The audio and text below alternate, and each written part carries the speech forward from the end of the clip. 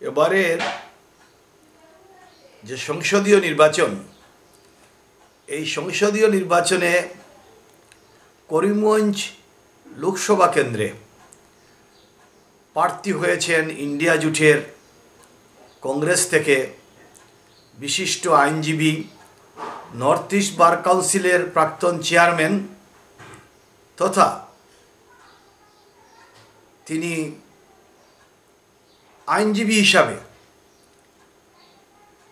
ডিপুটার, detention camp, NRC, delimitation ইত্যাদি ব্যাপারে বিভিন্ন সময় তিনি সরব ছিলেন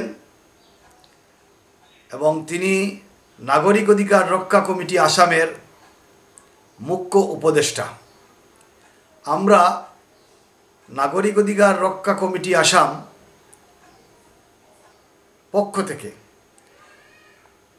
আমরা করিমগঞ্জ জেলার, হাইলাকান্দি জেলার বিভিন্ন জায়গায় শুভবুদ্ধি সম্পন্ন মানুষদেরকে সংগঠিত করার জন্য, শুভবুদ্ধি সম্পন্ন মানুষদেরকে নিয়ে আমরা সভা সমিতি করেছি।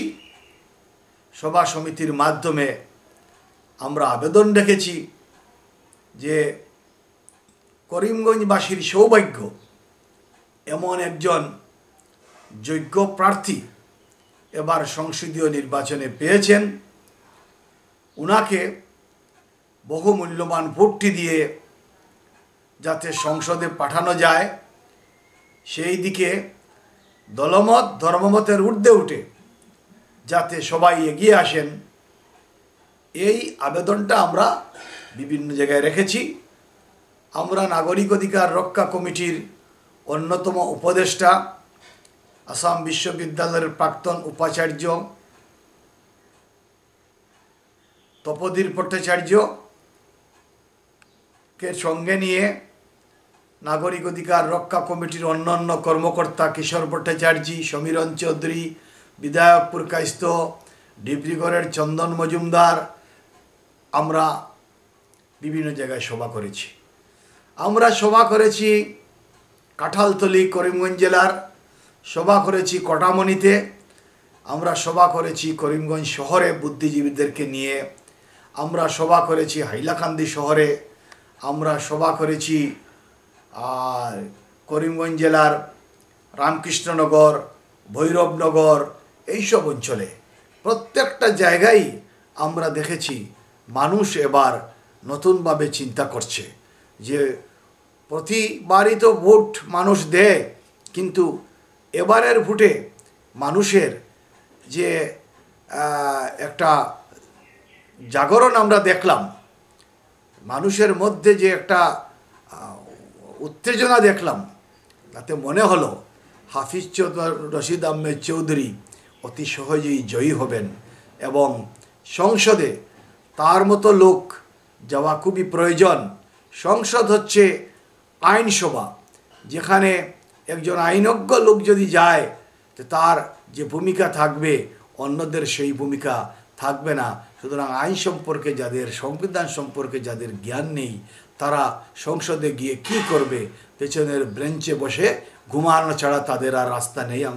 অতীতে আমরা দেখেছি অনেক সাংসদকে এইভাবে দিনাতিপাত করতে। যাই হোক, এবারের নির্বাচনে আমরা যে সমস্ত সমস্যাগুলো তুলে ধরেছি, সেই সব সমস্যাগুলোর মধ্যে হচ্ছে ডি ভোটার সমস্যা। এখনও 1 লক্ষর উপর লোকের নামের পাশে ডি বসিয়ে রাখা হয়েছে, যাদের ভোটার তালিকায় নাম থাকলে ওরা ভোট দিতে পারছে না। যা আমরা দেখছি অন্তত 1 থেকে 1.5 লক্ষ লোক বিভিন্ন ট্রাইব্যুনাল থেকে বিদেশি হিসেবে ঘোষিত হয়ে আছেন। তাদের যে ভবিষ্যৎটা যে অন্ধকার, সেই ডিটেনশন ক্যাম্পে যাবে তা নিশ্চিত করে বলা যায়। আমরা দেখেছি ডিটেনশন ক্যাম্পে অতীতে 30 জন লোক মারা গেছেন। আমরা দেখেছি নাগরিকপঞ্জির সময় 70 জন লোক বিভিন্নভাবে মৃত্যুবরণ করেছেন, কেউ আত্মহত্যা করেছেন, কেউ আতঙ্কে হার্ট অ্যাটাক হয়েছে, স্ট্রোক হয়েছে। সুতরাং এইসব পরিস্থিতি যে দল, যে সরকার তৈরি করছে, তাদের বিরুদ্ধে যোগ্য জবাব দেওয়ার এটাই হচ্ছে উপযুক্ত সময়। আমরা মনে করি মানুষ এই যে বঞ্চনা, নির্যাতন, নিপীড়ন, এই নিপীড়নের বিরুদ্ধে, এই নির্যাতনের বিরুদ্ধে এবারের ভোটে আগামী 26 এপ্রিল আমাদের করিমগঞ্জ সংসদীয় আসনে যে নির্বাচন হবে, এখানে হাফিজ রশিদ আহমেদ চৌধুরীকে হাত চিহ্নে ভোট দিয়ে জয়যুক্ত করে করিমগঞ্জবাসীর যে সমস্ত দাবি দেওয়া, সেই সমস্ত দাবি দেওয়া সংসদে তোলার পথকে সুগম করবেন।